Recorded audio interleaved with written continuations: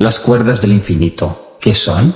¿De qué se trata todo esto? Bien, comenzaré informándoles, queridos amigos, que, en la costa noreste de América del Sur se encuentra el puerto espacial de Kourou, la instalación desde la que la Agencia Espacial Europea lanza sus misiones. En ella descansa el cohete Ariane 5, que a bordo protege uno de los instrumentos científicos más innovadores de los últimos tiempos. Un instrumento diseñado para cartografiar la luz más ancestral del origen del universo, y darnos las respuestas definitivas a los misterios de la creación. Un instrumento que observará los ecos del Big Bang, para tomar una imagen que nos ayuda a comprender de dónde venimos y qué se esconde más allá de las fronteras del universo. A bordo del transbordador descansa el telescopio Planck, gran esperanza del mundo de la astronomía, y ese 14 de mayo del año 2009 el cohete Ariane 5 está listo para despegar desde el corazón, donde los bosques sudamericanos, y hacernos viajar hasta los confines del cosmos. Desde el centro de control el equipo da luz verde al lanzamiento. Todo se decide en un instante, y en esa incertidumbre entre el miedo y la esperanza ven cómo Planck atraviesa los cielos para romper las fronteras que el universo nos había impuesto, y tras abandonar la seguridad de la Tierra el transbordador llega al espacio, y en una maniobra que no puede fallar el telescopio Planck se separa del Ariane 5 para viajar hasta el punto de Lagrange, a 1,5 millones de kilómetros de nuestro planeta, y tras esa interminable espera de 3 semanas el satélite llega a su órbita blanca en las profundidades del espacio. Comienza a cartografiar una luz primigenia que escondía las respuestas que durante tanto tiempo el universo no se había ocultado. Estaba analizando el fondo cósmico de microondas, una radiación ancestral que impregna todo el universo observable y que procede del instante en el que 380.000 años después del Big Bang los primeros fotones fueron liberados de esa bola de plasma que era el cosmos primigenio. Ese fondo cósmico de microondas representaba las cenizas del nacimiento del universo, lo más lejos en el espacio y en el tiempo que físicamente somos capaces de ver, y tras años de operación finalmente el 21 de marzo del año 2013 el telescopio blanco ofreció los datos que durante tanto tiempo habíamos ansiado, y en una conferencia donde se reunieron a decenas de medios de comunicación la ESA presentó al mundo la más completa y detallada imagen del fondo cósmico de microondas hasta la fecha. La imagen de Planck estaba revelando muchísima información, permitiéndonos estimar la edad, la expansión y la constitución del universo de forma muy precisa, pero sobre todo haciendo que pudiéramos presenciar el nacimiento de la luz en el cosmos. Esa imagen era la frontera. Por primera vez habíamos alcanzado los límites del universo. Teníamos ante nosotros un muro que ninguna tecnología podía derribar, y lo que se escondía detrás de él era algo más allá del fin del mundo. Música. Hace mucho tiempo, en la era precientífica, creíamos que la Tierra, nuestro mundo, era algo único. Nosotros éramos el centro de todo, el principio y el fin del universo. Más tarde comprendimos no solo que no éramos el único planeta del sistema solar, sino que no éramos el centro de nada. Éramos un pequeño planeta olvidando alrededor del Sol una estrella que parecía única. Pero de nuevo vimos que nuestra estrella no era singular, era una más sin nada especial de entre miles de millones de estrellas en nuestra galaxia, la Vía Láctea, algo tan inmenso, tan inalcanzable para nuestra imaginación, que sí que tenía que ser único. Pero en los años 20 Edwin Hubble nos demostró que no estábamos solos. La Vía Láctea, solo una galaxia más de entre miles de millones de agrupaciones estelares en el universo, cada una de ellas siendo una isla en el océano del cosmos. Pero ese parecía al final del camino, y con la imagen de Planck pudimos ver esas fronteras, las fronteras del universo observable. Pero si la Tierra no es única, si el Sol no es único, y si la Vía Láctea no es única, ¿por qué iba a serlo el universo? Esta es la pregunta que abre las puertas del multiverso. El viaje empieza con la historia del principio de los tiempos, y esto nos traslada hasta el país belga en los años 30, hogar de un sacerdote matemático y astrónomo llamado George Lemaitre. Movido por una férrea vocación religiosa y científica, George compaginó su vida como sacerdote con la pasión por la física y en especial por los secretos del universo. Fue en esa época que conoció la teoría de la relatividad general de Einstein, quedando maravillado por cómo el físico alemán daba respuestas a las incógnitas acerca de la naturaleza del cosmos. Sin embargo, desde el primer momento sintió que Einstein estaba cometiendo un error. Toda la cosmología y toda su teoría de la relatividad se estaba construyendo bajo la premisa de un universo estático, con la concepción de que el cosmos era espacial y temporalmente infinito. Pero George veía como de las varias ecuaciones de Einstein se desprendía la necesidad de que el universo se estuviera expandiendo desde un origen ancestral, y sabiendo que el propio físico alemán se había obsesionado con este problema negándose a creer lo que sus matemáticas escondían y modificando su teoría para no caer en esa paradoja. George se atrevió a reinterpretar la relatividad general, condicionado seguramente por su fe y por la tentadora idea de que la creación pudiera tener un sustento científico. Propuso la idea de que el universo se originó en la explosión de un átomo primigenio a partir del cual todo lo que vemos en el cosmos habría nacido. Publicó su teoría en 1931, pero rápidamente la comunidad científica intentó silenciar sus hipótesis. Todos lo veían como un sacerdote que intentaba refutar al gran genio del siglo XX únicamente para forzar esa idea de la creación, pero yo sentía que no estaba equivocado, que aunque aquella idea parecía mezclar religión y ciencia, el cosmos tenía que tener un origen. El principio del espacio y el tiempo tenía que existir un día sin ayer, y aunque durante un tiempo George se consideró un simple provocador cuando las noticias de que Edwin Hubble había demostrado que todas las galaxias parecían alejarse de nosotros llegaron a la comunidad científica, la situación cambió drásticamente. La expansión del universo que defendía George se convirtió en una evidencia, y la búsqueda de ese inicio de todo lo que nos rodea en una necesidad, y ese nacimiento de la materia, el espacio y el tiempo del que habló el sacerdote belga fue bautizado como Big Bang, una teoría que había nacido de la fe en la creación pero que escondía las respuestas a las grandes incógnitas de nuestro origen. Con la teoría del Big Bang comprendimos de dónde había nacido todo lo que nos rodea hace 800 millones de años. A partir de una singularidad, el espacio-tiempo empieza a expandirse y la energía se transforma en materia, y en ese Big Bang, partiendo de un estado inicial de máxima densidad y temperatura, el universo empieza su expansión, una expansión que sigue vigente a día de hoy. Pero la teoría de George ni las posteriores modificaciones no nos decían nada del origen de la expansión. Ese modelo clásico del Big Bang no explicaba por qué había nacido el universo ni de dónde venía, pero por suerte años después llegó alguien con la respuesta: música.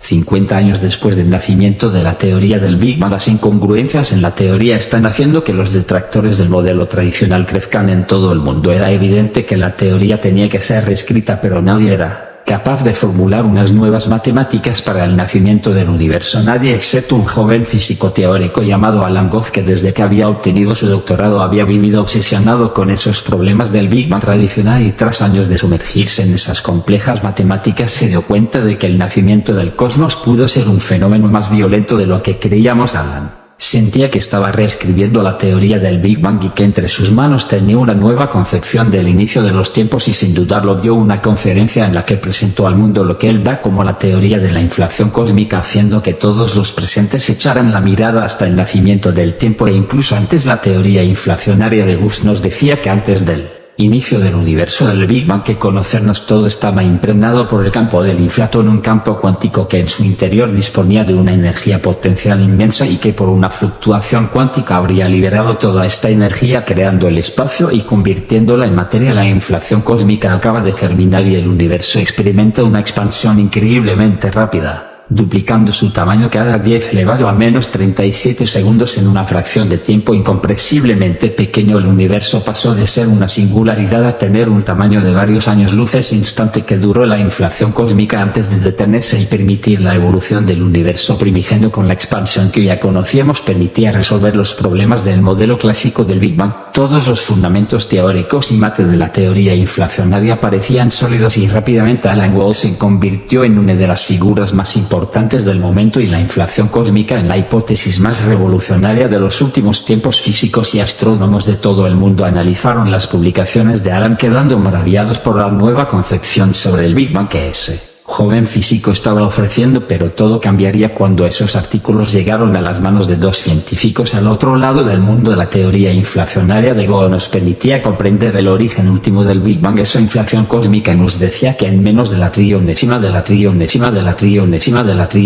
parte de un segundo el universo se habría expandido 100 trillones de veces su tamaño, pasando de un espacio cuántico en esa fluctuación dentro del campo del Platón a algo más grande que una galaxia. La teoría de la inflación cósmica nos estaba dando muchas respuestas, pero también abrió la puerta a un misterio que Alan fue incapaz de ver en los tiempos de la Unión Soviética. La teoría inflacionaria de Alan llegó a la Universidad Estatal de Moscú, donde dos de los científicos más reputados del país se sumergieron en las matemáticas y bases cosmológicas de lo que el físico estadounidense acababa de publicar. Sus nombres eran Andrei Mende, físico teórico, y Alexander Vilenkin, profesor de física del Instituto de Cosmología de la universidad, con una teoría que explicaba el origen último del Big Bang como el resultado de una fluctuación cuántica en el campo del inflatón. Linde quedó tan impresionado que los meses siguientes no pudo dejar de pensar en ella, y aunque era consciente de que la inflación cósmica tenía una enorme elegancia y simplicidad, algo le decía que Alan había pasado algo por alto, y es que la teoría inflacionaria no explicaba qué es lo que hacía que se detuviera esta inflación. Linde tenía clave ante sus ojos, había que resolverla. Cuestión de qué hacía que la inflación se detuviera. Durante meses Linde y Vilenkin estuvieron discutiendo los fundamentos de lo que ellos ya definían como la nueva inflación cósmica, pero las interminables jornadas de trabajo parecían conducir siempre a calle sin salida. Las matemáticas no podían explicar el cómo ni el por qué la inflación cósmica se detuvo para que el universo comenzara la expansión del modelo tradicional del Big Bang, y cuando ya estaban a punto de rendirse, la inspiración llegó de repente a Linde, y si nunca se detuvo, se preguntó: la inflación tiene lugar mientras la energía del inflatón es alta, pero mientras este se desprende de la energía, esas mismas fluctuaciones cuánticas pueden repetirse, y de esas fluctuaciones puede haber otra expansión del espacio a un ritmo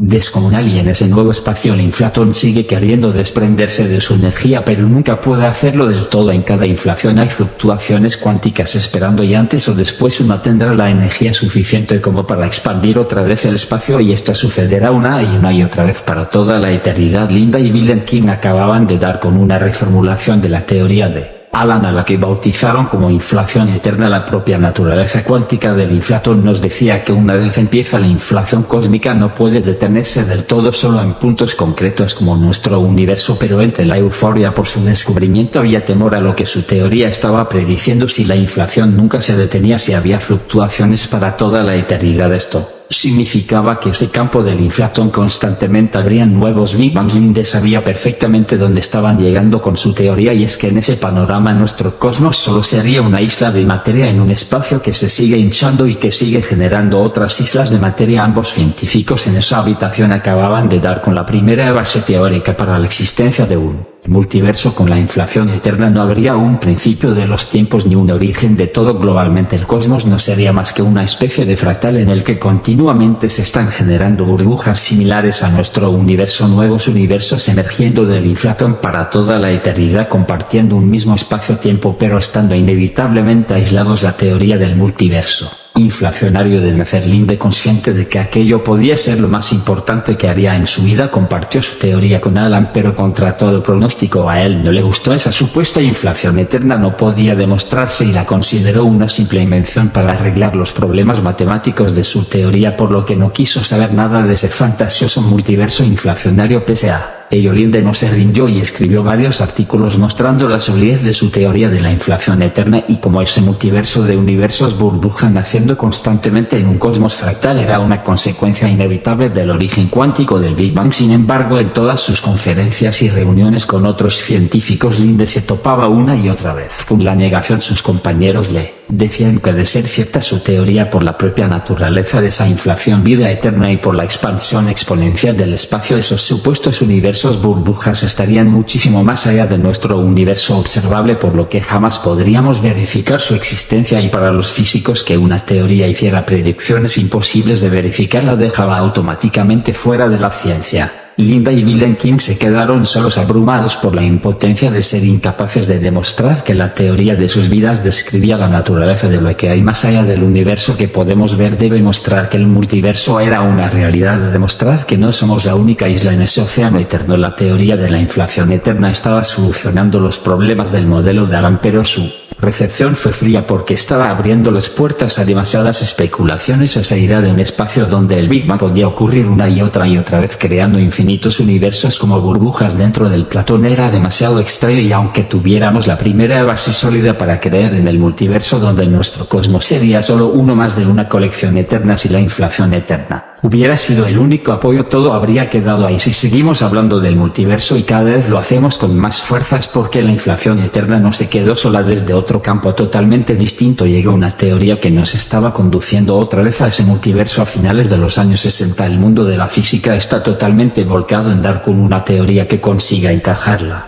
gravedad dentro del modelo cuántico. Desde la formulación de los pilares de la física cuántica, la gravedad es la única interacción fundamental cuya naturaleza no podemos explicar, y es precisamente esa incapacidad de unir la gravedad relativista con la cuántica lo que hace que no dispongamos de una teoría que unifique todas las fuerzas del universo en una sola, y esa obtención de la teoría del todo y se ha convertido en la mayor ambición de la historia de la ciencia, pero tras muchos intentos y sus consecuentes fracasos fue un joven físico de la Universidad de Stanford quien estuvo más cerca de dar con ella. Su nombre era Leonard Susskind, profesor de física que desde su juventud había destacado por imaginación y por su originalidad a la hora de visualizar el universo en sus escalas más pequeñas. Consciente de la cruzada en el mundo de la física teórica por dar con esa teoría del todo, Leonard quiso aportar su grano de arena, y tras mucho tiempo de sumergirse en las matemáticas del modelo cuántico se dio cuenta de que tal vez la respuesta pasaba por reimaginar los cimientos del universo a nivel cuántico, buscando una teoría que en su simplicidad y elegancia escondiera la verdad. Se inspiró en la música para dar una nueva concepción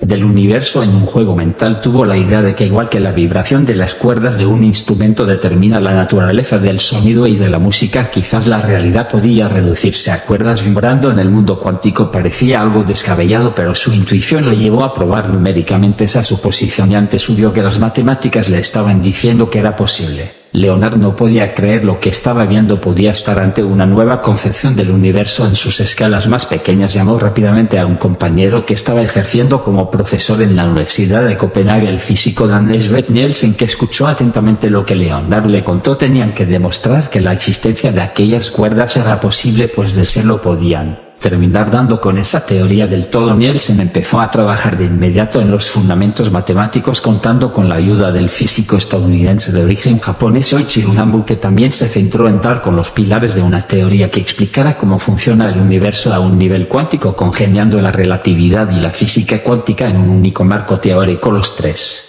científicos empezaron a trabajar en lo que ellos mismos bautizaron como la teoría de cuerdas, una hipótesis que se fundamentaba en que en el nivel más bajo de la realidad y a una escala de Planck, la naturaleza más elemental del universo no serían las partículas subatómicas, sino que habría un nivel inferior, las cuerdas, unas hebras diminutas y vibrantes o bucles de energía, unos hilos unidimensionales que vibran en el espacio-tiempo y que en función de su modo de vibrar dan lugar a las distintas partículas del modelo estándar. Los científicos sabían que estaban llegando a esa simplicidad que todos ansiaban, unas cuerdas que serían para el universo lo que LAN es para la vida, y por primera vez, suponiendo la existencia de cuerdas cerradas, dimos con una explicación cuántica del origen de la gravedad. Leonard vio que, de acuerdo a su teoría, la atracción gravitatoria sería debida a anillos de cuerdas emitidos por los dos cuerpos con masa y que los entrelazan en el espacio, explicando la naturaleza más elemental de esa interacción que teje los pilares del universo a las grandes escalas. Los tres científicos sentían que habían dado por fin con la teoría que uniría todas las leyes en una sola. La gloria de la teoría del todo parecía estar muy cerca, pero rápidamente todo empezó a torcerse al desarrollar de forma más profunda las matemáticas. Nielsen se dio cuenta de que esas cuerdas cuánticas no podrían moverse y vibrar en las tres dimensiones que conocernos y que vemos, necesitaban dimensiones extra, y cuando el físico Dannes las calculó, creyó que todo había acabado. Para que los pilares de la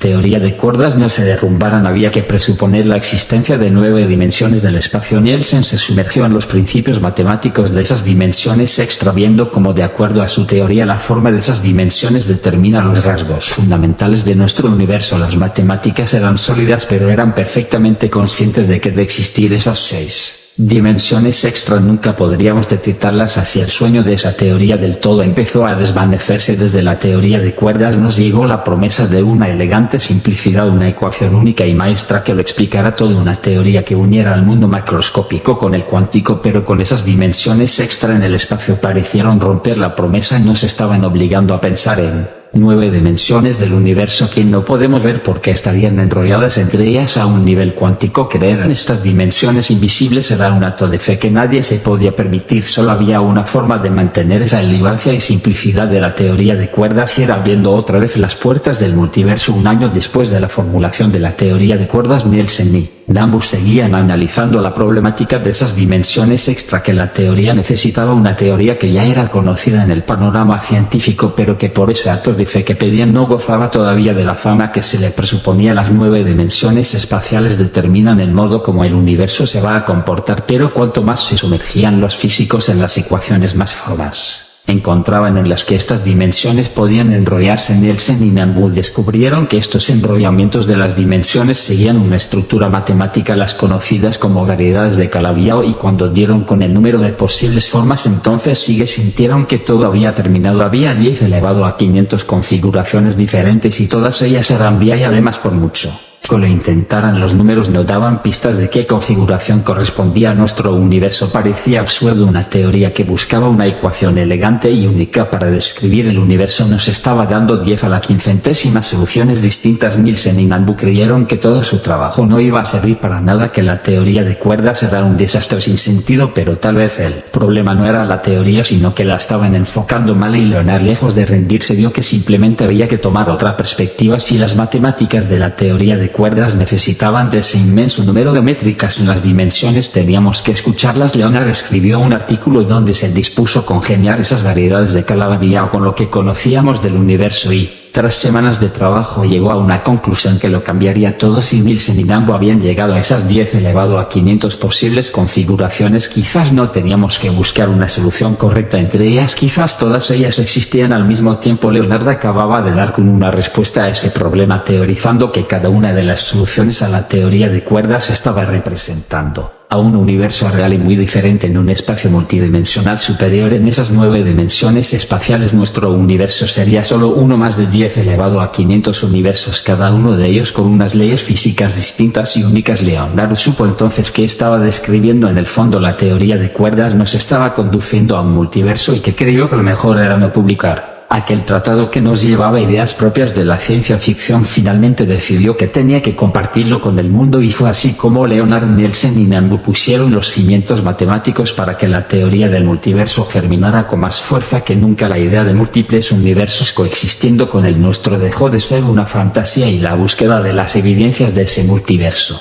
se convirtió en la gran ambición de nuestra era. Como si ampliáramos un átomo hasta tener el tamaño del sistema solar. A esa escala una cuerda sería como un árbol en la Tierra. Es curioso ver cómo una teoría que buscaba comprender la naturaleza elemental de lo más pequeño nos llevaba a imaginar un multiverso donde 10 elevado a 500 universos que existen. Eso es un 10 seguido de 500 ceros. Para ponerlo en perspectiva, todos los átomos del universo, desde el átomo de una de estas piedras hasta el átomo del planeta más inhóspito de la galaxia más lejana, suman 10 elevado a 80. Pero ahora dos líneas de razonamiento, la teoría de cuerdas desde la física y la inflación eterna desde la cosmología, estaban convergiendo en un mismo lugar. Ambas teorías nos estaban dirigiendo hacia un mismo camino, el multiverso. El problema es que es físicamente imposible ver qué se esconde más allá de ese fondo cósmico de microondas, por lo que muchos científicos, pese a querer creer en ese multiverso, sienten que nunca seremos capaces de probar su existencia, y como aquellos que en su día se atrevieron a navegar hasta ese supuesto fin del mundo, la única forma de demostrar que el multiverso existe sería repetir esta travesía, y pese a que atravesar las fronteras de nuestro universo parezca algo imposible, quizás sí que haya un camino, una forma de acceder a otro universo, un puente que nos transporte a ese fin del mundo, un túnel a través del corazón de la oscuridad.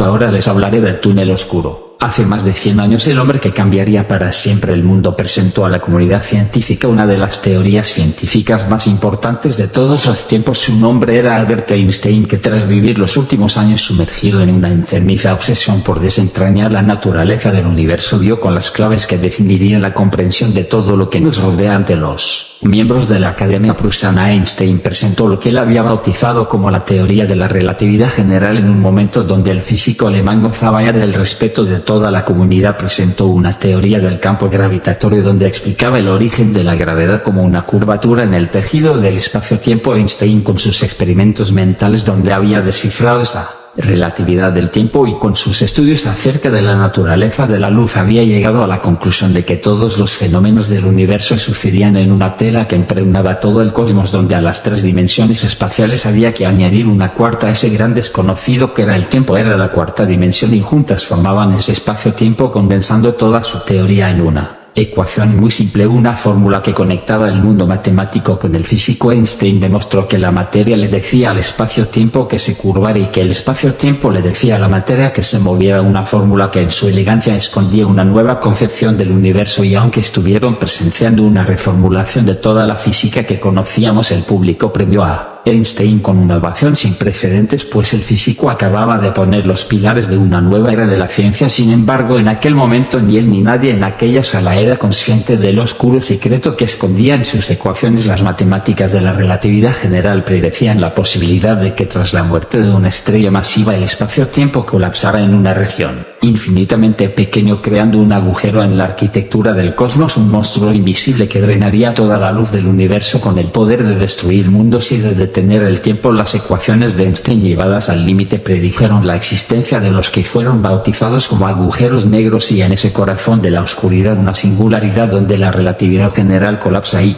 donde las leyes físicas y matemáticas se derrumban, un punto infinitamente pequeño donde los efectos cuánticos de la gravedad y que empieza a actuar como un pozo oscuro en el universo. Todo es atraído por el poder gravitacional de la singularidad cada vez más y más deprisa, como un río que acelera en su curso. Cada vez es más difícil escapar de la corriente, cada vez es más difícil escapar de la singularidad, hasta que llega un punto en el que el río se convierte en una cascada. No importa cómo de deprisa nades, ya nada puede escapar. Ese punto es el horizonte de sucesos, una frontera alrededor de la singularidad de la que ya ni siquiera la luz puede escapar. Ese horizonte es el punto de no retorno, la frontera entre el universo conocido y el universo oculto en las profundidades del agujero negro. Todo parecía demasiado extraño para ser cierto, así que aunque las matemáticas nos decían que podían existir, seguimos creyendo que eran pura ficción, unas simples curiosidades que emergían de jugar con las ecuaciones de Einstein. Pero todo cambió en la primavera de 1971, cuando, inspeccionando una extraña fuente de rayos X a 6.000 años luz de distancia, captamos la primera evidencia de su existencia. Habían estado siempre ocultos por su propia oscuridad, pero los encontramos. Aún así seguimos pensando en ellos como simples pozos, unas carteles en el espacio y en el tiempo de las que nada, ni siquiera la luz, podía escapar. Era un viaje solo de ida. Esto es lo que nos decía la lógica, hasta que llegó un hombre que nos demostró que estábamos equivocados. Nuestro viaje nos lleva a los años 60. En un aula de la Universidad de Oxford, un profesor de física imparte una clase acerca de los fundamentos de la relatividad general, presentando a sus alumnos esos agujeros negros predichos por la teoría de Einstein, y entre ellos se encuentra un joven físico llamado Stephen Hawking, que queda absolutamente maravillado e intrigado por esos monstruos oscuros que, como se le dijo, eran pozos que arrastraban a la materia y a la luz del universo hasta una singularidad donde todo desaparecía. Hawking no fue consciente de hasta qué punto influiría que haya clase en su futuro y en el de la humanidad. Durante los siguientes meses no pudo dejar de pensar en ellos. No entendía cómo era posible que todo aquello que huyeran simplemente desapareciera para siempre. Algo en nuestra concepción de los agujeros negros tenía que estar mal, pero era incapaz de encontrar ese error. Sin embargo, conversando con sus compañeros y profesores acerca de los fundamentos de la física cuántica, llegó a él la inspiración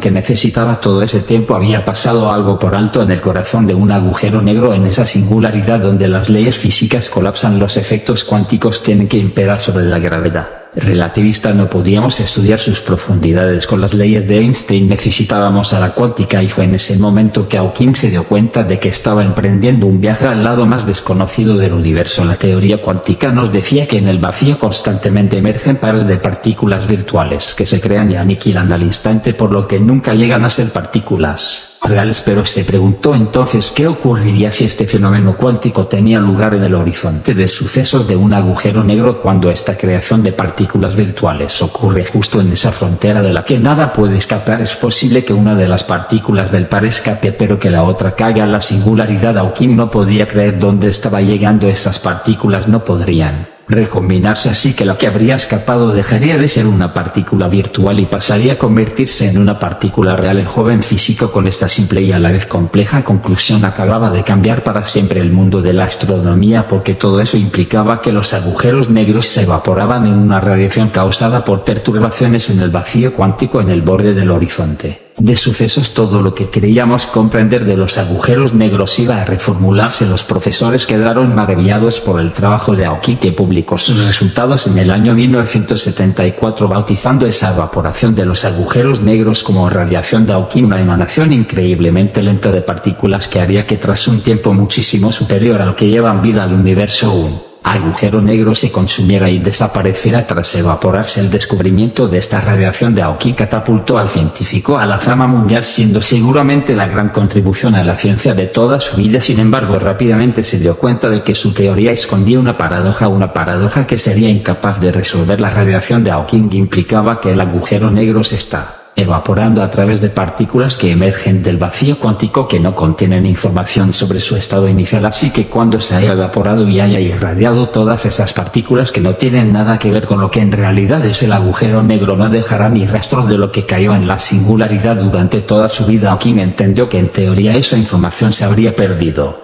pero esto atentaba contra la ley de la conservación de la información, una de las máximas de la física cuántica. Hawking, tras su éxito, fue incapaz de resolver esta paradoja, sabiendo que cada vez que llegaba a un callejón sin salida más estaba abriendo la puerta a una realidad más allá de nuestro universo. Este problema, bautizado como la paradoja de la información, parecía no tener solución, al menos ninguna que confirmara todas las concepciones que teníamos sobre el espacio, el tiempo y el cosmos. Hawking nos demostró que los agujeros negros no son las prisiones eternas que una vez pensamos que eran. Las cosas pueden escapar de un agujero negro, pero si queremos resolver esa paradoja tienen que poder escapar no solo por fuera, también tienen que poder hacerlo por dentro, y en este corazón, en esa singularidad donde reinan los efectos cuánticos de una gravedad que a esas escalas todavía no comprendemos, pueden ocurrir cosas que atentan contra toda lógica, y que la entrada a un agujero negro sea la puerta a otro universo es una de ellas, pero toda entrada debe tener una salida. Teníamos que encontrar a los gemelos de los agujeros negros, sus hermanos de luz, música,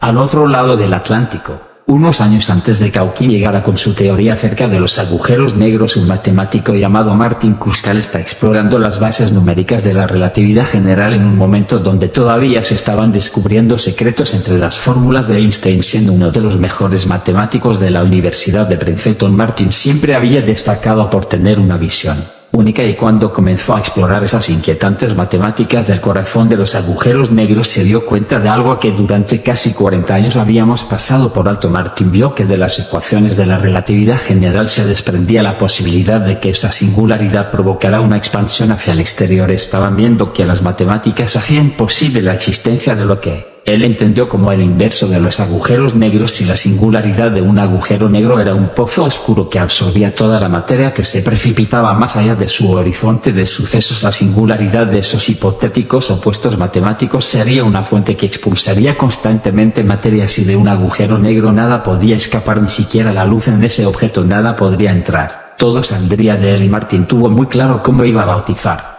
aquel objeto que nacía de las matemáticas. La teoría de los agujeros blancos acababa de nacer. Martin se divirtió mucho describiendo los fundamentos matemáticos de esos hipotéticos cuerpos celestes, pero era perfectamente consciente de que no eran más que una simple curiosidad matemática. Por ello, pensando que solo había dado con una anécdota dentro de la relatividad general, ni siquiera llegó a publicar nada. Se reservó aquellas explica para tener algo curioso de lo que hablar en sus reuniones y cenas con científicos. Los agujeros blancos atentaban contra toda lógica y sabía que ningún científico apoyaría su teoría. Sin embargo, cuando la historia llegó a oídos del físico teórico estadounidense John Archibald Wheeler, este quedó fascinado por lo que Kruskal había descubierto. Él sabía que, lejos de ser un juego matemático, esos agujeros blancos podían ser la respuesta al enigma que llevaba años intentando resolver. Habían pasado casi 10 años desde que describió los agujeros blancos cuando Martin recibió la llamada de Wheeler, que le pedía que le explicara todo lo que supiera, hasta el último detalle matemático de esos supuestos agujeros blancos. Martin, que seguía pensando que solo nacían de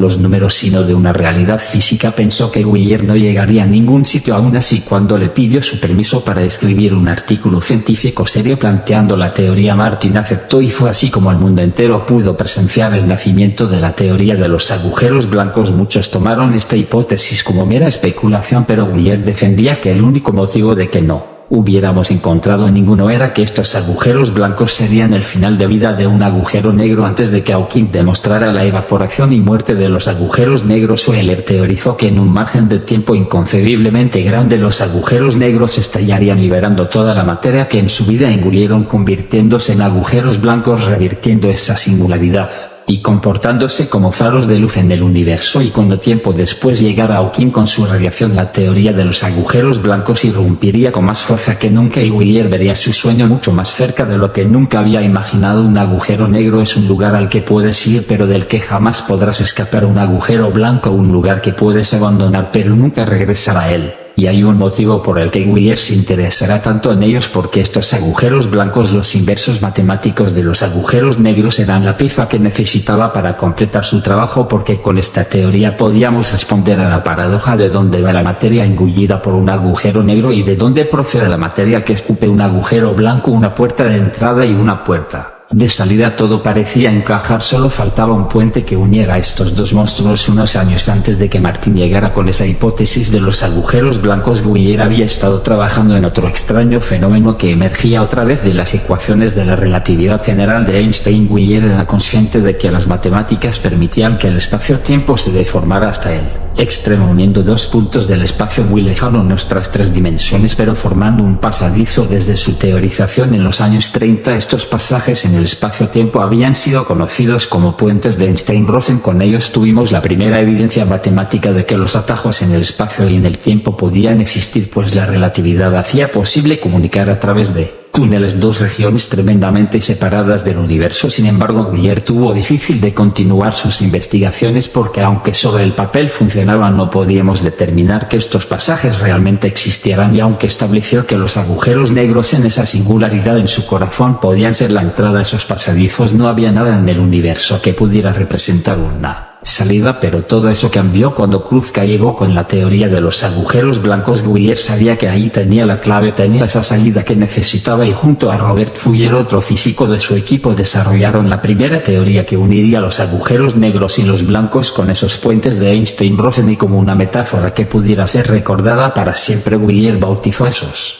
túneles como agujeros de gusano. Unos túneles en el espacio-tiempo le conectaban la singularidad de un agujero negro, que sería la entrada, con la de un agujero blanco, la puerta de salida de ese atajo espacio-temporal. Todo parecía encajar, desde el posterior descubrimiento de la radiación de Hawking hasta los efectos cuánticos de la gravedad. En esas singularidades todo estaba conduciendo a que la hipótesis de los agujeros de gusano conectara todas esas incógnitas que no podíamos responder de los agujeros negros. Sin embargo, Wheeler se topó con el recelo de muchos otros científicos. Matemáticamente todo encajaba, pero el hecho de que los agujeros blancos no se hubieran observado en nuestro universo lo descartaba todo. Pero fue justo eso lo que encendió la inspiración del físico. No se habían observado en nuestro universo, eso era cierto, pero esto, lejos de ser un problema, lo estaba haciendo todo incluso más emocionante. Que nos hubieran encontrado en nuestro universo no significaba que no existieran en otros, y en un momento donde la inflación eterna y la teoría de cuerdas estaban poniendo el multiverso en boca de todos, creyendo que nuestro cosmos era uno más en un océano infinito de universos, Wheeler vio que quizás esos agujeros de gusano no eran un atajo dentro de nuestro espacio, sino un túnel hacia otro universo, hacia otro cosmos, en ese multiverso donde las leyes físicas sí que permiten la existencia de los agujeros blancos. Wheeler tenía ante sus ojos las primeras evidencias matemáticas de que viajar a otro universo era posible, y es que precipitarnos a la singularidad de un agujero negro, caer en esa aparente oscuridad eterna, podría ser en realidad la entrada a un puente entre universos. Por los efectos cuánticos podríamos navegar entre esas dimensiones extra que postulaba la teoría de cuerdas, sumergiéndonos en ese océano infinito de universos que a su vez teorizaba la hipótesis de la inflación eterna. Y tras viajar por esta realidad interdimensional, después de navegar más allá del fin del mundo y a través del multiverso, emergeríamos en un universo aislado del nuestro, expulsados por ese agujero blanco conectado a nivel cuántico con un agujero negro de nuestro cosmos. Toda la teoría del multiverso se estaba materializando. Teníamos dos teorías que apoyaban la existencia de universos paralelos, y una teoría que explicaba cómo viajar a través de esos cosmos en el reino del multiverso. Sin embargo, ni Wheeler ni ningún científico fue capaz de solucionar el gran problema: mantener estos túneles abiertos para permitir ese viaje del viaje que cambiaría para siempre el destino de la humanidad. Los agujeros de gusano son atajos en el espacio y en el tiempo en nuestra realidad humana. Si queremos ir de un punto a otro, el camino más rápido siempre es una línea recta. Pero en esa singularidad, en un lugar dominado por las leyes de la cuántica, todas esas nociones desaparecen. El tejido del universo no solo puede curvarse para crear un pasadizo hasta el lugar más distante de la galaxia más inhóspita, también puede llevarnos a otros universos. Y si la inflación eterna es cierta y fue así como nació el universo, y si la teoría de cuerdas es cierta y describe bien la naturaleza elemental de las partículas, entonces el multiverso es algo inevitable, y estos agujeros de temprano serían la única forma de llegar a otro universo. Por desgracia sabemos que son inestables, colapsarían tan deprisa que ni siquiera la luz podría atravesarlos, pero eso no hace que perdamos la esperanza. Hay una forma de mantenerlos abiertos, aún no tenemos la tecnología para hacerlo, pero esto no significa que en un futuro más o menos lejano demos con el ingrediente que necesitamos y si ese día llega podremos abrir ese túnel de aventurarnos otra vez al fin del mundo para ver qué se esconde más allá del horizonte. Música. Hemos viajado al año 2095 en un hipotético futuro a finales de siglo donde logramos uno de los mayores avances de la historia de la ciencia. Una mañana uno de los ingenieros líderes de la NASA recibe una llamada. Unos altos cargos del gobierno estadounidense necesitan hablar con él. Es algo muy extraño y pese a que no sabe exactamente qué esperar no duda en acudir a la reunión programada en la sede de la Agencia Espacial. Una vez ahí los portavoces del gobierno le avisan de que todo el contenido de esa conversación debe ser absolutamente confidencial. Le dicen que tras décadas de desarrollo el Departamento de Tecnología Militar ha conseguido desarrollar un tipo de materia con unas cualidades únicas en el universo. El ingeniero escucha atentamente pero todavía no entiende qué tiene que ver esa tecnología con él y con la NASA. El general explica que ese material tiene la propiedad de generar una repulsión gravitatoria, no una atracción como toda la materia conocida. En ese momento el ingeniero solo tiene un candidato en su cabeza pero cree que es imposible. Sin embargo el general confirma sus sospechas. El ejército acaba de desarrollar materia exótica, una forma de materia de densidad de energía negativa. Él sabía que aquella materia considerada simplemente una hipótesis teóricamente podía generar una antigravedad y si estaba en esa reunión es porque en efecto tenía esa propiedad. El general le cuenta que el motivo por el que está aquí es porque sin unas aplicaciones militares claras el futuro de esa materia exótica tenía que estar en la agencia aeroespacial, consiguiendo que la NASA diera el paso definitivo en la del espacio. El ingeniero se cuestiona si realmente quieren hacer lo que él cree y basta una afirmación para que sus sospechas se confirmen. El gobierno estadounidense quiere que la NASA desarrolle una nave alimentada por esa materia exótica cubierta de un material que genere antigravedad. Aún así el ingeniero no entiende las aplicaciones prácticas que puede tener tal instrumento y es en ese momento que el general le habla acerca de los agujeros de gusano, esos pasadizos a través del espacio-tiempo. Con una nave cubierta por ese material exótica podríamos evitar que las paredes del túnel colapsaran sobre sí mismas manteniendo abierto el portal mientras la nave se desplaza a través de él. Quieren enviar una expedición a un agujero negro haciendo que esa nave atraviese el horizonte de sucesos, se sumerja en el corazón oscuro de la singularidad, atraviese ese pasadizo en el espacio-tiempo y emerja en otro rincón del universo mandando información de vuelta a la Tierra a través del entrelazamiento cuántico. Es la gran ambición de la historia de la agencia espacial, la esperanza para viajar a otros lugares del cosmos y encontrar rutas para colonizar otros mundos cuando el nuestro deje de ser habitable. El ingeniero ve aquello como una misión imposible, pero en su día también pareció imposible enviar un ser humano a la Luna y sin embargo lo conseguimos. Ahora en esa nueva era de la exploración espacial nuestra meta era atravesar el espacio-tiempo y navegar a través del universo. A día de hoy la materia exótica, un material de densidad de energía negativa generador de antigravedad, es solo una especulación, pero también lo fueron en su día la materia oscura, la antimateria o la energía oscura, entre muchas otras cosas que en su día parecían simples fantasías. Si algún día encontráramos la tecnología para crearla, entonces tendríamos lo necesario para mantener abiertos estos túneles en el espacio-tiempo y en ese hipotético futuro podríamos emprender esa expedición, ese viaje sumergiéndonos en las profundidades de un agujero negro para saber si viajar a través de los agujeros de gusano es posible, eso o descubrir que el multiverso siempre ha estado ahí. Han pasado 14 años desde que el equipo de ingenieros recibiera el encargo de construir esa nave. Solo faltaba una cosa: dar con los exploradores dispuestos a aventurarse en esa expedición. La NASA contacta con sus mejores pilotos y astronautas hablando de una misión que va a reescribir la historia de la humanidad. Los dirigentes alertan de que de aceptar van a embarcarse en un viaje solo de ida, un sacrificio para marcar un nuevo rumbo para la especie humana y para comprender los fundamentos de la realidad en los lugares donde las leyes físicas y matemáticas se derrumban. Les cuentan la tecnología que han desarrollado y las posibilidades que ésta tiene en los viajes interestelares e intergalácticos, que van a emprender un viaje por el espacio hasta el agujero negro más cercano a la Tierra, aún ubicado a 1600 años luz, bautizado como Gaia BH1, un agujero negro en un sistema binario compartiendo órbita con una estrella con un tamaño similar al del Sol, con el motor de curvatura Warp del que dispone la nave. Ese viaje tomaría relativamente poco, 30 años en hibernación. Una vez ahí la nave se precipitará hasta las entrañas del agujero negro, atravesando su horizonte de sucesos y navegando por ese espacio-tiempo fracturado hasta la propia singularidad, donde es posible que los exploradores se encuentren en un túnel que conecte con otro punto del universo. Muy pocas personas aceptan aventurarse en esa misión suicida, pero algunos, igual que aquellos que en su día navegaron hasta el fin del mundo, ven aquello como una oportunidad para pasar a la historia en ese agujero negro. Llegando a su corazón podemos romper con todas las fronteras del cosmos y finalmente unos pocos dan el sí dejarlo todo atrás a cambio de ser eternos, abandonar sus vidas por un sueño, ese mismo sueño que siempre nos ha empujado a navegar hasta lo desconocido y ante la mirada de toda la humanidad, esa nave que nos va a transportar hasta el fin del mundo atraviesa los cielos para abandonar nuestro planeta. El más allá nos espera unos últimos momentos para presenciar la belleza de nuestro hogar antes de esa larga noche.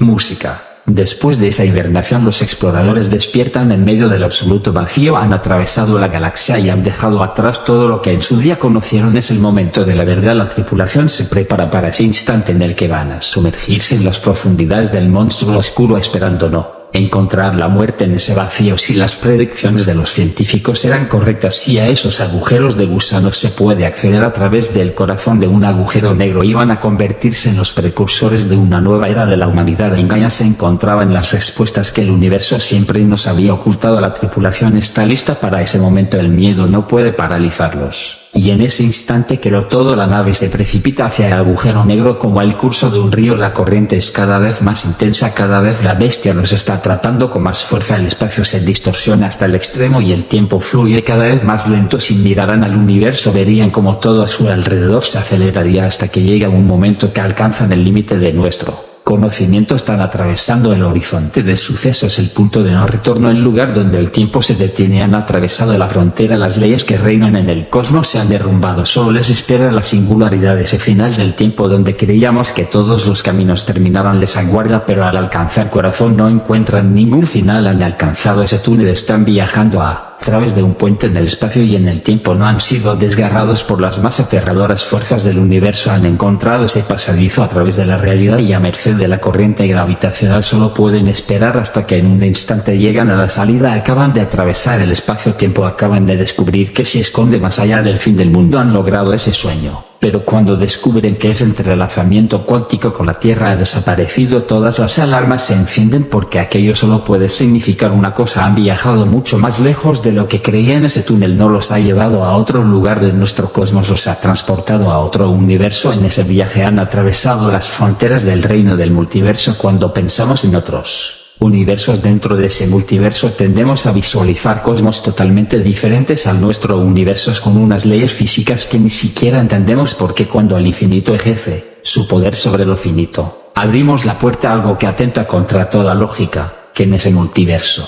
nos encontráramos con algo familiar, algo muy parecido al universo que habíamos dejado atrás, que en ese sitio nos topáramos con algo de lo que en su día logramos escapar. Llegamos a la visión del todo y lo llamaremos el crepúsculo del universo.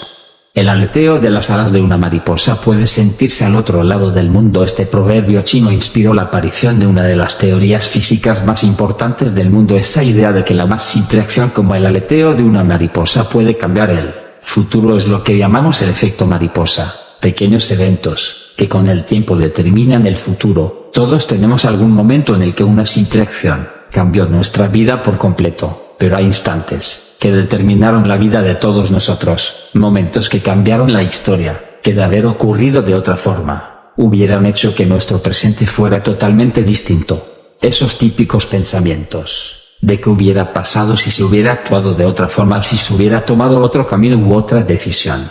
Pero atravesando un agujero negro, viajando a través de ese portal en el espacio y en el tiempo, podríamos vivirlo, porque ese multiverso en el que nos hemos adentrado nos conduce a las realidades paralelas. Contra todo pronóstico, como si de un capricho del destino se trataran las inmediaciones de esa salida del túnel en el espacio-tiempo, nuestros exploradores han dado con un mundo idéntico a la Tierra. A simple vista todo parece igual al mundo que habían abandonado, pero rápidamente se dan cuenta de que algo extraño está ocurriendo. Es el año 1970, quizás habían viajado al pasado pero no se habían movido solo a través del tiempo, estaban en un mundo totalmente distinto y no tardaron en darse cuenta de dónde estaban. En ese viaje a través del agujero negro habían llegado a un universo paralelo, a una realidad donde el curso de la historia había sido distinto, una realidad en la que los militares alemanes tenían que haber ganado la Segunda Guerra Mundial. En esa tierra de ese universo el régimen alemán se había convertido en el imperio que dominaba el mundo. Nueva York, que el lugar de uno de los tripulantes de la expedición, está plagada de propaganda del régimen, parece ser una de las capitales de ese nuevo orden mundial. Buscando respuestas descubre que los alemanes y el imperio japonés se han dividido el mundo después de ganar la guerra.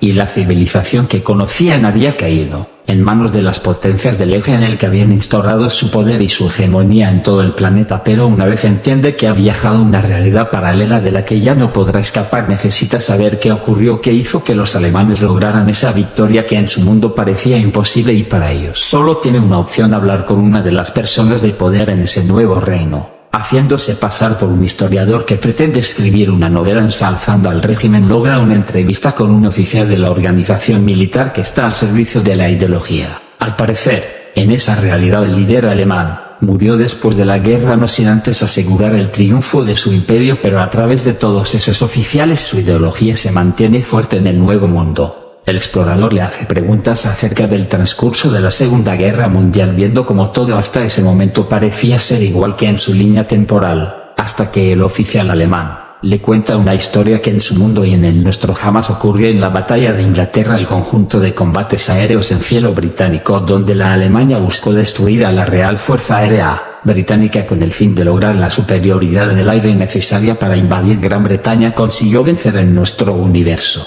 Alemania había perdido, pero en ese universo una simple tormenta había permitido a los invasores alemanes lograr una victoria que parecía imposible. Después de aquello, la moral del ejército británico cayó y el país, igual que Francia, se había rendido, y Alemania, sin la amenaza de Gran Bretaña, sintió que podía ganar la guerra contando con la industria y la tecnología armamentística del país británico. Los alemanes pudieron centrar todas sus fuerzas en invadir la Unión Soviética, y al otro lado del océano Estados Unidos no intervinieron, y sin la intervención del ejército estadounidense, las potencias del eje pudieron hacer caer la Unión Soviética. Europa ya se hallaran del invasor, y en esa realidad paralela al ataque de Pearl Harbor, el suceso que en nuestra línea temporal hizo que Estados Unidos abandonara la política aislacionista y fuera la guerra, nunca tuvo lugar. De una forma insidiosa, los que estaban en camino de dominar el mundo y sin la amenaza de la gran potencia estadounidense, todos sus esfuerzos se centraron en convertir al país norteamericano en su títere. La propaganda negativa comenzó a expandirse por el mundo, ocultando los exterminios pese a los rumores y al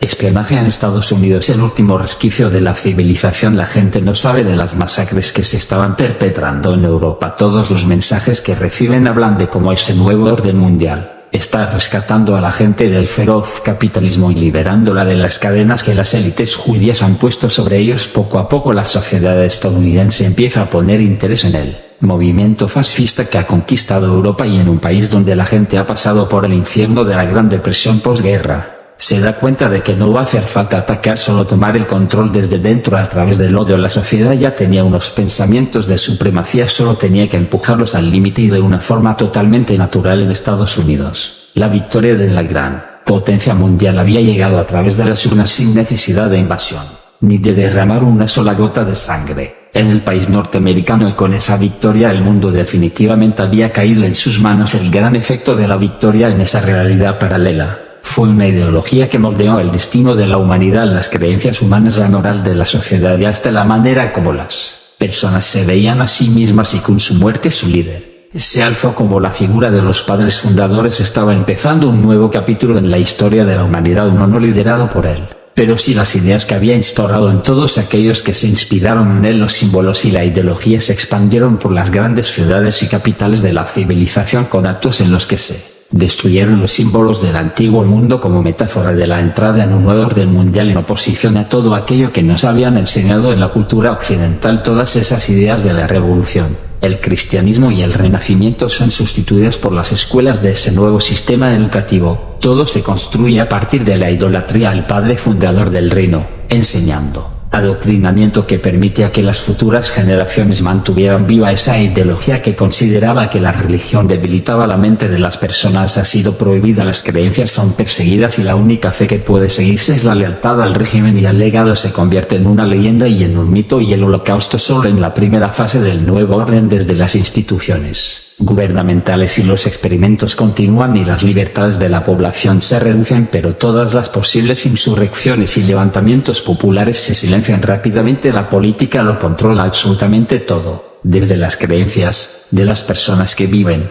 por y para servir al régimen. A través de todo ese adoctrinamiento hasta el progreso científico y la tecnología solo avanzaría en aquello que fuera positivo y todas las formas de comunicación que tenemos en nuestra realidad, todos aquellos instrumentos que pudieran expandir ideas jamás se desarrollarían o nunca llegarían a las masas. La televisión, la radio y todas las comunicaciones estarían bajo control del régimen, pero toda la tecnología militar, todo aquello relacionado con el poder armamentístico habría avanzado mucho más que nuestro universo. No solo han desarrollado una potencia nuclear inmensa a través de la que ejercen la dominancia sobre las otras naciones, han creado tecnologías que incluso hoy parecen propias de la ciencia ficción, todo en nombre del padre fundador del hombre que creó una nueva era, fundamentada en la violencia y la pérdida del individualismo o la gloria, aunque el Estado de cada país adapta su cultura a estos nuevos ideales o no. Pero ese hombre que quiso destruir la civilización ganó la guerra o la perdió. Un universo en el que aquellos que quisieron navegar más allá del horizonte han encontrado el fin del mundo. Ese es el poder que tiene el infinito sobre lo finito, tomando las ideas de la inflación eterna el principal sustento para creer en el multiverso. Llegamos a un infinito número de universos coexistiendo en un espacio más allá de nuestro cosmos, y es aquí cuando llegamos a ese concepto tan extraño, el infinito. Cualquier número de universos que imagines, por muy grande que sea, da igual, es insignificante comparado con el infinito, y eso uniendo el infinito con el multiverso, este conjunto de universos esparcidos por un océano eterno que de forma natural emergen. Las realidades paralelas en nuestro universo observable. Hay una finita cantidad de energía transportada por una cantidad también finita de partículas. Todo lo que conforma nuestro universo resulta de la combinación de 10 elevado a 80 átomos, y esa cantidad finita de partículas solo se puede organizar en un número finito de patrones distintos. Puedes dar con trillones y trillones y trillones de formas distintas en las que reorganizar estas partículas, y cada patrón distinto puede ser un universo. Pero si el espacio se extiende hasta el infinito, si el multiverso estabilizado por infinitos universos, inevitablemente ese patrón de partículas tiene que repetirse con infinitos universos. Si esperas el suficiente tiempo, habrá uno en el que la configuración de partículas se repita, uno en el que esos 10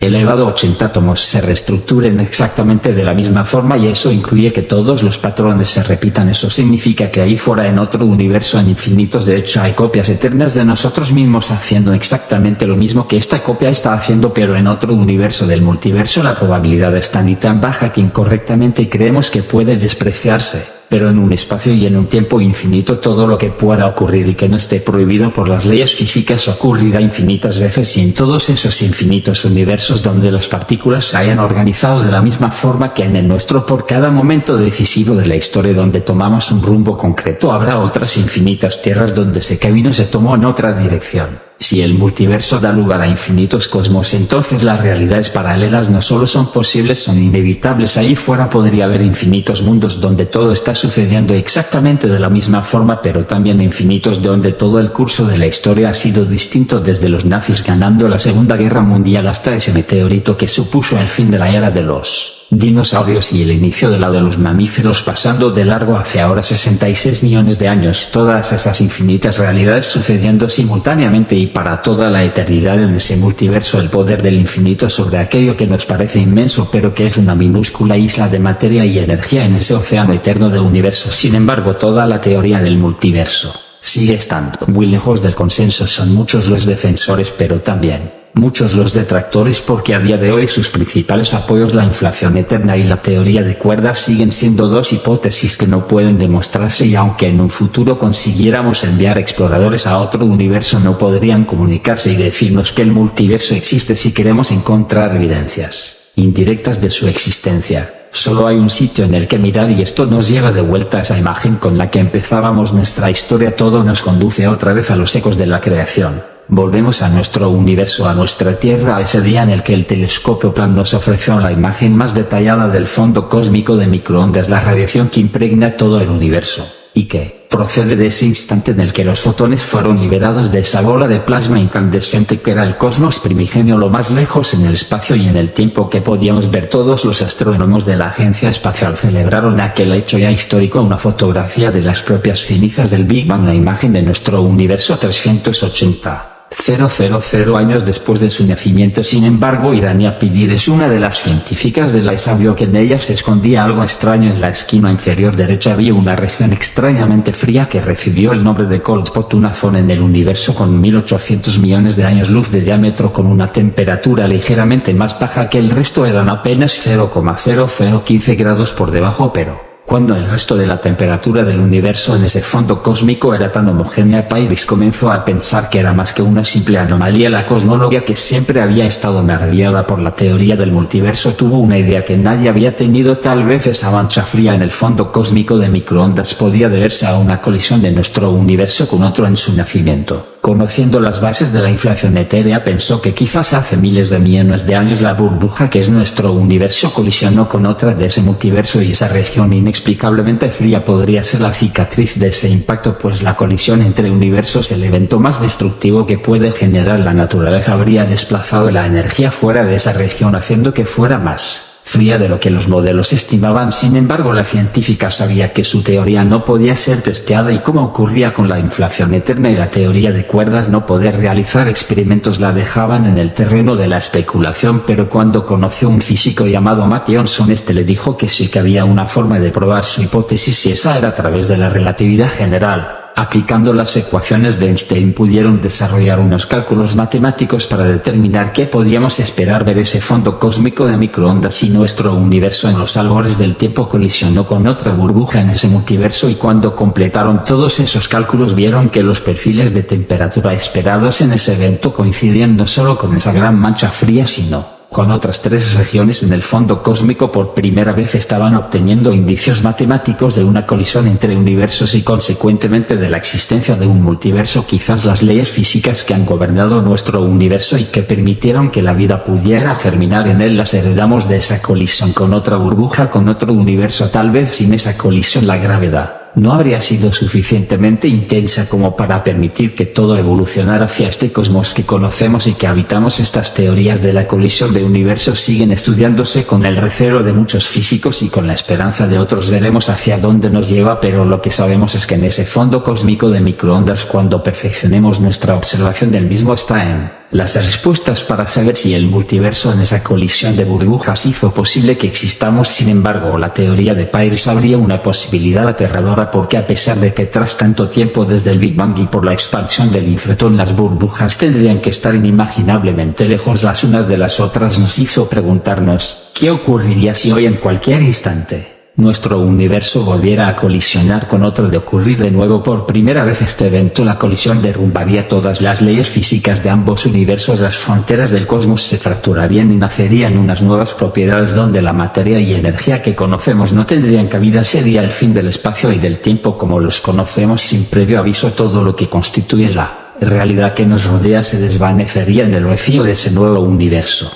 Cuanto más indagamos en la naturaleza de ese hipotético multiverso, más nos damos cuenta de los oscuros secretos que en esa eternidad puede esconder. Por ahora no somos capaces de obtener imágenes suficientemente precisas del fondo cósmico de microondas como para aceptar o rechazar la hipótesis del multiverso, y tenemos que ser conscientes de que tal vez nunca seamos capaces de hacerlo, pero en esa incertidumbre, si elegimos creer en él, el multiverso puede darnos esperanza para afrontar el miedo a ese momento en el que todo termine, y para entenderlo debemos emprender un último viaje, esta vez hasta el propio fin del universo y del tiempo. Todas las historias tienen un final, y la nuestra como civilización en este mundo que llamamos hogar también. Nadie puede saber el cómo ni el cuándo nos vamos a enfrentar a nuestra extinción. Tal vez en un futuro seamos capaces de colonizar la galaxia y perpetrar nuestra existencia más allá de la Tierra, pero de una forma u otra nuestro tiempo en este pequeño planeta rocoso tiene una fecha límite. Tal vez nos destruyamos a nosotros mismos, consumidos por la propia tecnología que hemos creado, o tal vez sea la propia naturaleza quien haga llegar el día del juicio final, enviando esa misma amenaza que hace 66 millones de años puso fin al reinado de los dinosaurios, pero ahora marcando el fin de nuestra era si vamos en este mundo, o habiendo ya marchado. Si un asteroide como el de la quinta extinción masiva volviera a impactar contra la Tierra, la humanidad se enfrentaría a su fin.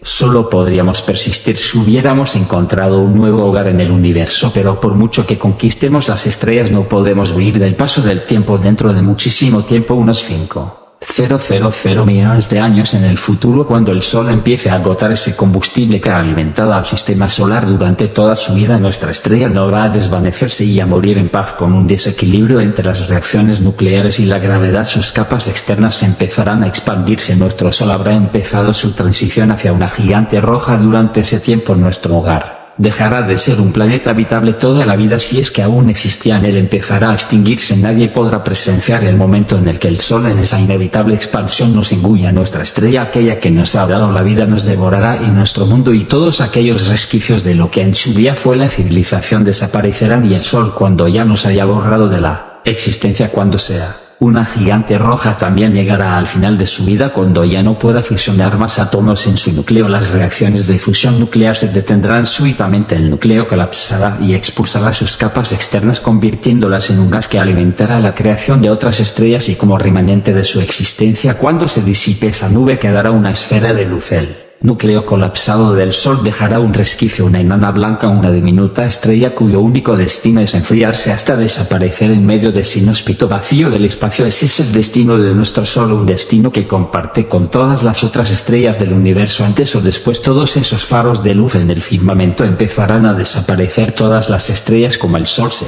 apagará uno a uno, pero durante mucho tiempo el ciclo se mantendrá. Los remanentes de las muertes de las estrellas serán el combustible para que otras nazcan y como el ave fénix renaciendo de sus cenizas una tras otra, nuevas generaciones de estrellas habitarán el universo, pero nada, ni siquiera este ciclo es eterno. Dentro de 1 billón de años, por el enfriamiento del universo y la expansión del espacio, ya no habrá fuerza para crear nuevas estrellas. Habremos llegado a la última generación de luz y todas esas últimas estrellas también se apagarán hasta que dentro de miles de millones de años, en ese camino hacia la eterna noche, solo una especie estelar habrá sobrevivido, un momento en el que solo las tenues luces rojizas iluminarán esa oscuridad. Dentro de 10 billones de años, solo la semana roja seguirán con vida unas estrellas tan pequeñas que queman su combustible muy despacio, permitiendo que vivan vidas increíblemente longevas, pero ellas tampoco son eternas. Las enanas rojas también empezarán a morir, a apagarse y a desvanecerse, y en ese momento, sin suficiente gas para formar nuevas, la era de las estrellas está llegando a su fin. El tiempo nos está conduciendo a un oscuro vacío en él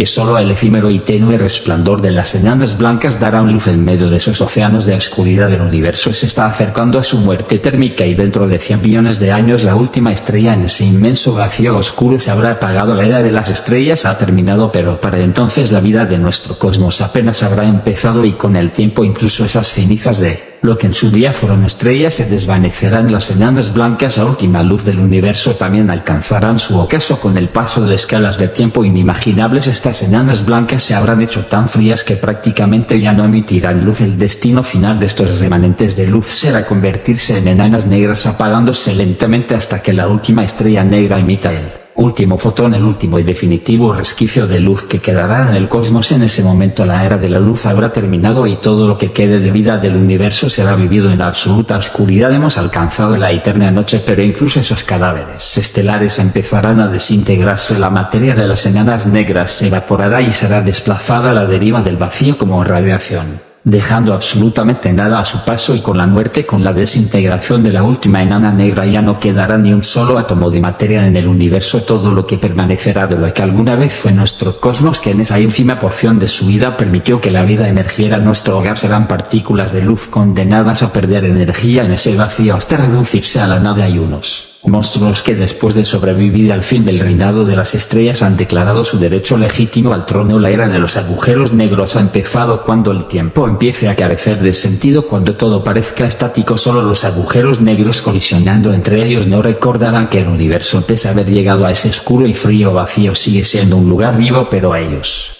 tampoco son eternos, y esto nos conduce de nuevo a esa radiación de Hawking por los efectos cuánticos en su horizonte de sucesos. Los agujeros negros se evaporarán a un ritmo inconcebiblemente lento pero firme, y uno a uno, cuando la evaporación se haya completado, los agujeros negros estallarán en los últimos eventos que presenciará el universo dentro de 10.000 billones de billones de billones de billones de billones de billones de billones de años. Incluso los agujeros negros habrán desaparecido. Para entonces ya no quedará nada, el universo será pura radiación nada más, y cuando todas esas partículas alcancen esa misma temperatura mínima, el viaje de nuestro cosmos habrá terminado. Ya no habrá forma de medir el paso del tiempo, no ocurre nada. Por primera vez en su vida el universo será absolutamente inmutable, nada cambia, el tiempo ha dejado de tener sentido.